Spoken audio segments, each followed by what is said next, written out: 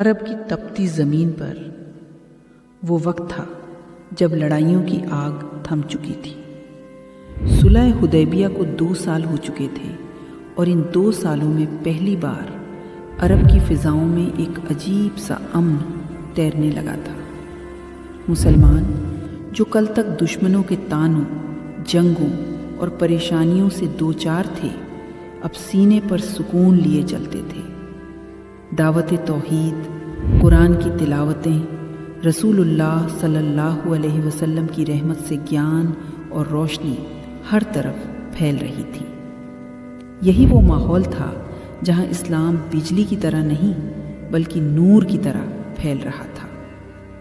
اس امن کے دور میں عرب کے کئی قبیلے اسلام کی خوبصورتی کو محسوس کرنے لگے، اور پھر وہ دن بھی آیا جب قریش کے سب سے نامور لوگ خالد بن ولید، عمرو بن عاص، عثمان بن طلحہ ایمان کی روشنی میں داخل ہو گئے۔ اسلام کو نئی طاقت ملی، ایک نئی صبح کا احساس ہوا۔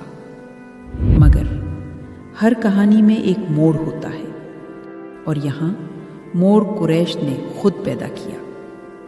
صلح حدیبیہ کی ایک اہم شرط تھی کہ دونوں طرف کے قبیلے امن میں رہیں گے، کوئی خون خرابہ نہیں کرے گا۔ لیکن قریش نے اس امن کو توڑ دیا۔ انہوں نے بنو بکر قبیلے کی مدد کی تاکہ وہ رات کے اندھیرے میں خزاع قبیلے پر حملہ کر سکیں۔ خزاع وہ قبیلہ جو مسلمانوں کا ساتھی تھا، جس نے صلح کے وقت رسول اللہ صلی اللہ علیہ وسلم کے ساتھ وفاداری دکھائی تھی۔ رات کی خاموشی میں ان پر حملہ ہوا، ان کے لوگ شہید ہوئے، ان کی چیخیں مدینہ تک پہنچی۔ ان کا سردار عمرو بن سالم غم سے ٹوٹے ہوئے جسم اور دکھ سے بھری آنکھوں کے ساتھ رسول اللہ کے دربار میں پہنچا۔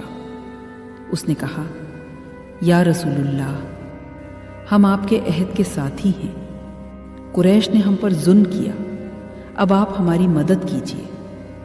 رسول اللہ کا چہرہ غم سے بھر گیا۔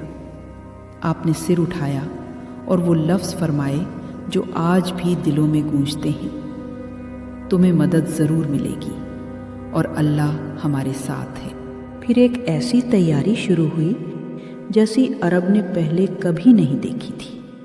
مدینہ میں 10,000 صحابہ کا جماوڑا، ہر دل میں یقین، ہر آنکھ میں نور، ہر سانس میں تقویٰ۔ یہ جنگ کا لشکر نہیں تھا، یہ امن کا سب سے بڑا قافلہ تھا۔ تیاری بے مثال تھی۔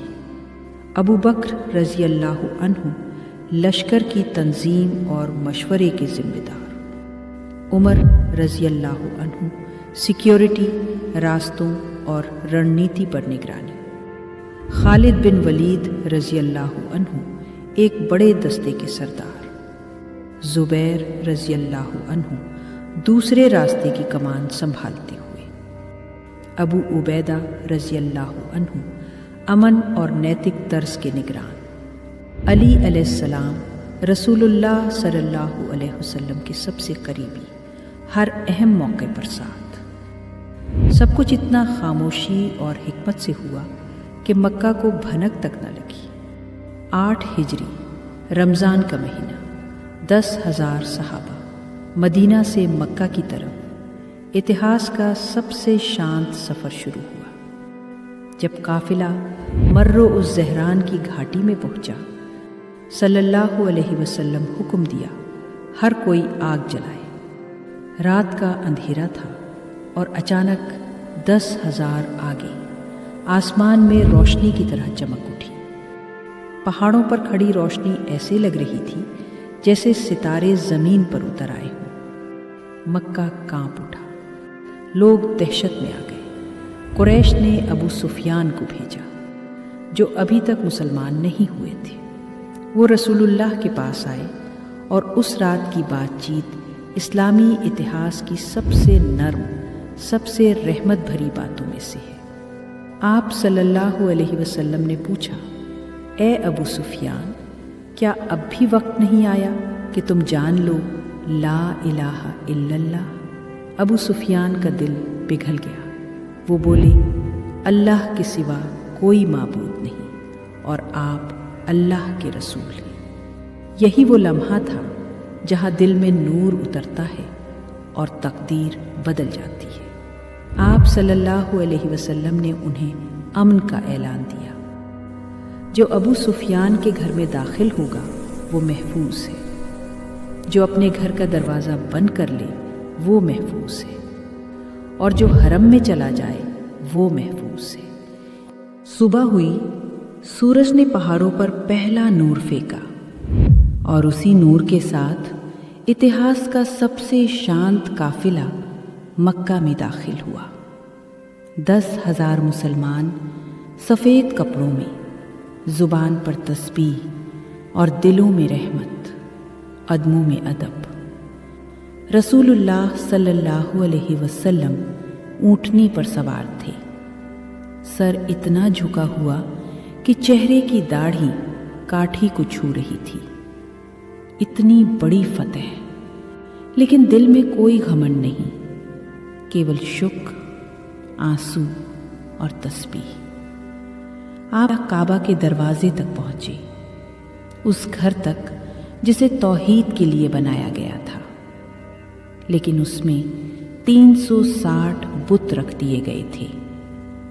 رسول اللہ نے لکڑی کی چھڑی اٹھائی، ہر بت کی طرف اشارہ کرتے ہوئے پڑھتے گئے، کل جال حق وزحق الباطل۔ حق آ گیا اور باطل مٹ گیا۔ ہر بت گرتا چلا گیا، ہر جھوٹ ٹوٹتا چلا گیا، ہر سانس میں توحید کی خوشبو بھرتی چلی گئی۔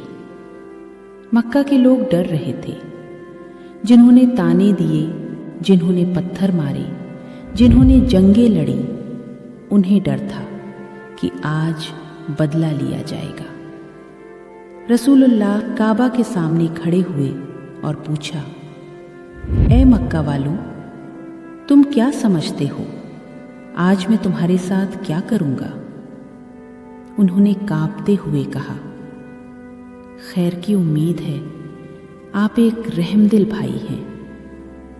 پھر وہ وقت آیا جس نے دنیا کا اتہاس بدل دیا۔ رسول اللہ نے فرمایا، اذهبوا فأنتم الطلقاء، جاؤ، آج تم سب آزاد ہو، نہ بدلہ، نہ سزا، نہ قید، نہ ہرجانہ، بس معافی، اتہاس کی سب سے بڑی معافی۔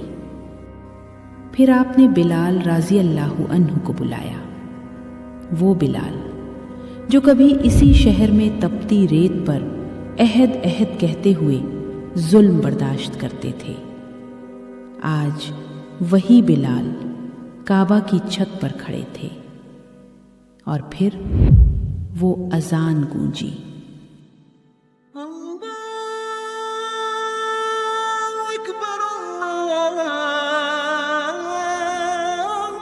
مکہ کی وادیوں میں یہ اذان گونجتی چلی گئی، جس آواز کو روکنے کے لیے مکہ نے سالوں جنگ کی تھی، آج وہی آواز عزت اور امن کے ساتھ آسمانوں تک پہنچ رہی تھی۔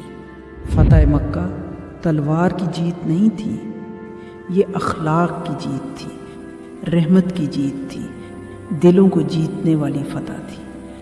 سینکڑوں لوگوں نے اسی دن اسلام قبول کیا۔ قریش جو کبھی سب سے بڑے دشمن تھے، اب امت کے سب سے بڑے ساتھی بن گئے۔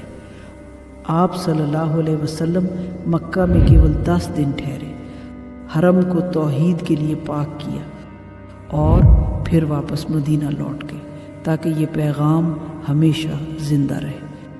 اسلام تلوار سے نہیں پھیلتا بلکہ انسان کے دل اور اخلاق سے پھیلتا ہے۔ فتح مکہ نے دنیا کو سکھایا کہ رحمت بدلے سے بڑی ہے، امن جنگ سے بڑا ہے، معافی طاقت کی سب سے اونچی منزل ہے۔ اور جب بھی کوئی مسلمان آج اللہ اکبر کہہ کر نماز میں کھڑا ہوتا ہے، اس کی آواز میں اس فتح کی گونج ہوتی ہے جس نے دنیا کو امن کا اصلی مطلب سکھایا۔ ملتے ہیں نیکسٹ ویڈیو میں، تب تک کے لیے خدا حافظ۔